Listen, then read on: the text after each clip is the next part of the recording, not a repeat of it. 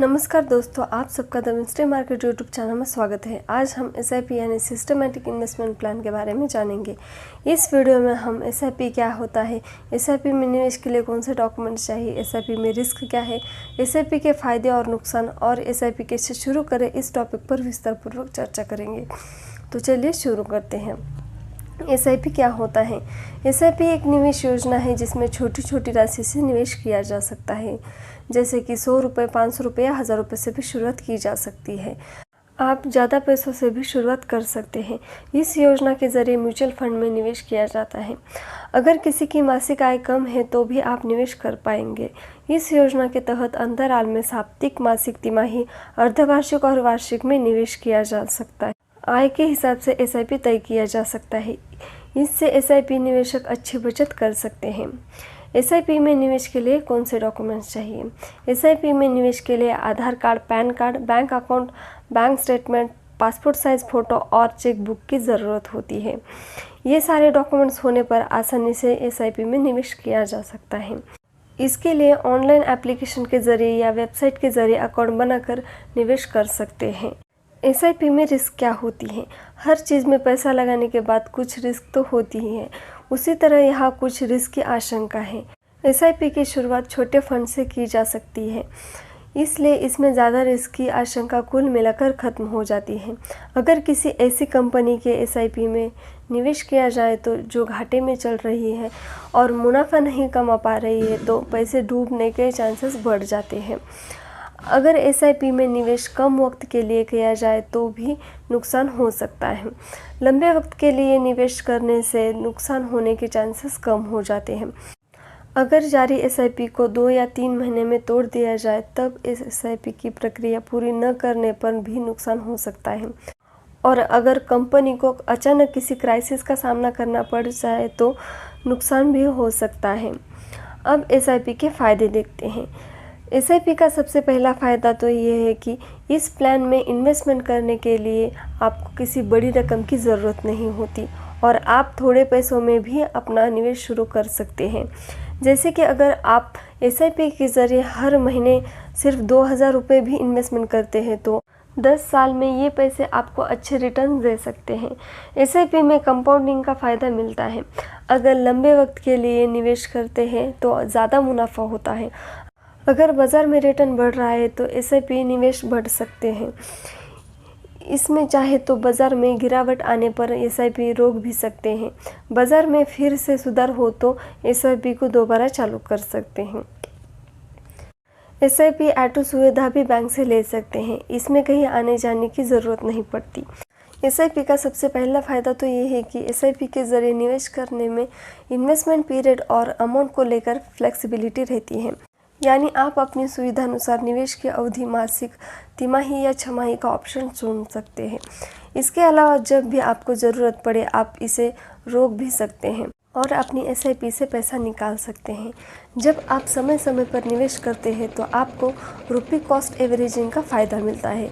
यानी अगर मार्केट गिरावट में है और आपने पैसे निवेश किए हैं तो आपको ज़्यादा यूनिट्स अलॉट होंगे और मार्केट में तेज़ी आने पर अलॉट होने वाले यूनिट्स की संख्या कम होगी।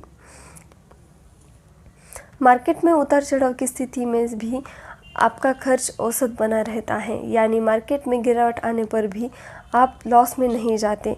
ऐसे में जब मार्केट में तेज़ी आती है तो आपको अपने औसत निवेश पर ही बेहतर रिटर्न पाने का मौका मिलता है।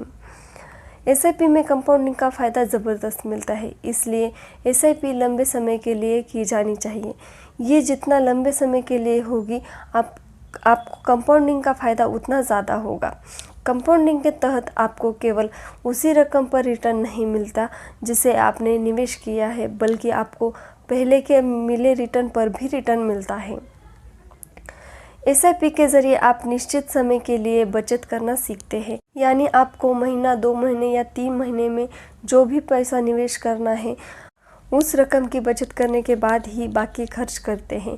इस तरह आपको अनुशासित निवेश की आदत पड़ जाती है। अब SIP के नुकसान देखते हैं।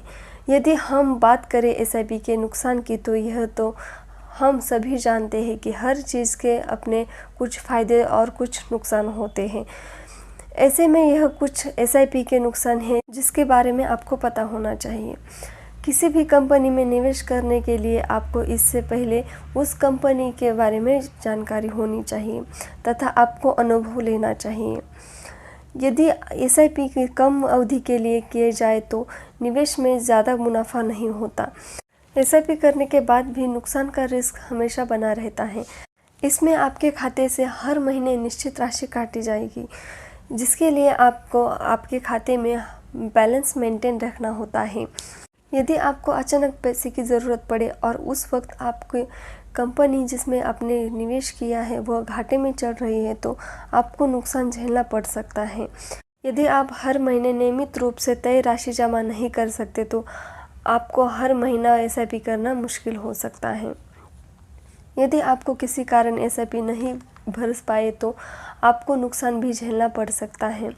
अब हम एसआईपी कैसे शुरू करें इस टॉपिक पर बात करते हैं। एसआईपी शुरू करना बहुत आसान काम है। एसआईपी में 2 तरीक़ों से निवेश किया जा सकता है।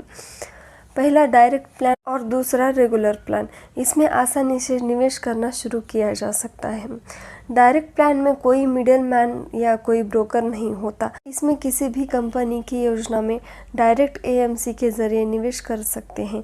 इसमें अच्छा खासा रिटर्न भी हासिल हो सकता है। शुरुआती दौर में या नए निवेशक के लिए ये सही नहीं है क्योंकि इसमें कोई गाइड करने के लिए नहीं होता। इसमें नुकसान के चांसेस बढ़ जाते हैं। ज़्यादा जानकारी न होने पर एनालिसिस करने में मुश्किल होती है, इसी कारण नुकसान उठाना पड़ सकता है। रेगुलर प्लान में मिडल मैन या ब्रोकर शामिल होता है।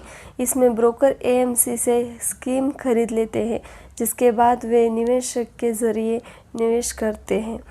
इसमें नए निवेशक को नुकसान होने के चांसेस कम होते हैं। इसमें ब्रोकर अपनी फीस लेते हैं। ज़्यादातर निवेशक इसी प्लान में निवेश करते हैं। इसमें ब्रोकर निवेशक को सही म्यूचुअल फंड में निवेश करने के लिए सिफारिश करते हैं। इससे निवेशक को भी आसानी होती है। बस आज के इस वीडियो में इतना ही। फिर मिलते हैं नए टॉपिक के साथ।